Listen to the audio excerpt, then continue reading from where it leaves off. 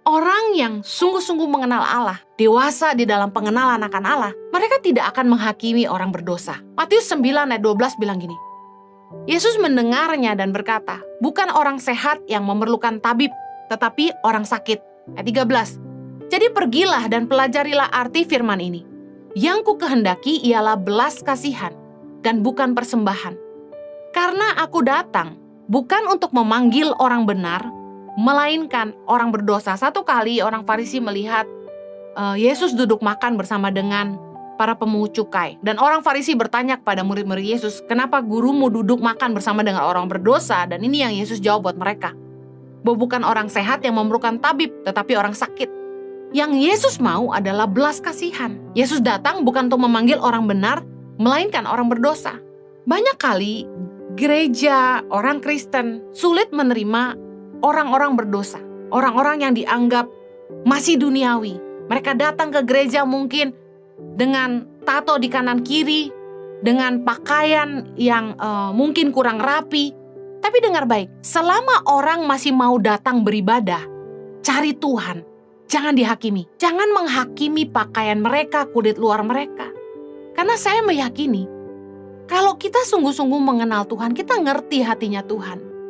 Gereja tuh bukan tempat orang benar, tapi tempat orang-orang yang butuh dibenarkan. Justru kalau orang sudah merasa benar, mereka salah tempat. Tempat orang benar itu nanti di kerajaan sorga, terbukti dia benar. Tapi selama kita masih hidup di dunia ini, kita semua butuh dibenarkan. Orang yang sungguh-sungguh mengenal Allah pasti mengasihi jiwa-jiwa. Matius 7 tentang hal menghakimi. Yesus mengajarkan kita untuk jangan kamu menghakimi, supaya kamu tidak dihakimi. Karena dengan penghakiman yang kamu pakai untuk menghakimi, kamu akan dihakimi dan ukuran yang kamu pakai untuk mengukur akan diukurkan kepadamu. Orang yang sungguh-sungguh mengenal Allah pasti tahu bahwa kerinduan hati Allah cuma satu, supaya tidak ada seorang pun yang binasa. 2 Petrus 3 ayat 9b berkata gini, karena ia menghendaki supaya jangan ada yang binasa, melainkan supaya semua orang berbalik dan bertobat.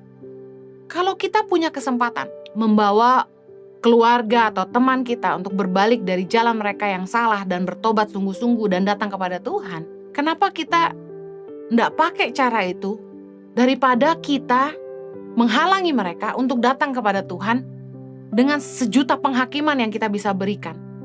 Seringkali kita merasa kita lebih benar, seringkali kita merasa kita lebih bersih, hanya gara-gara kita nggak punya tato. Ada beberapa orang yang chat ke saya, Bu Heni juga sulam alis, itu tato dan lain sebagainya, saya nggak peduli. Daripada kita ngurusin tatonya orang, lebih baik kita bersihin dosa sendiri. Jangan menghakimi orang lain. Kalau kita benar-benar dewasa dalam pengenalan akan Tuhan, kita tahu isi hati Tuhan cuma satu, keselamatan. Tidak ada seorang pun yang binasa, tapi semua orang bisa datang berbalik dan bertobat sungguh-sungguh. Saya berdoa agar Anda semakin mengenal Tuhan, menjadi dewasa di dalam pengenalan akan Tuhan. Beri waktu berkualitas buat Tuhan. Mari dengar isi hati Tuhan. Mari belajar percaya kepada Tuhan. Mari belajar menabur. Jangan lagi menghakimi, tapi mengasihi. Mulai berubah, berhenti jangan hidup dalam dosa, tapi sungguh-sungguh berbalik kepada Allah.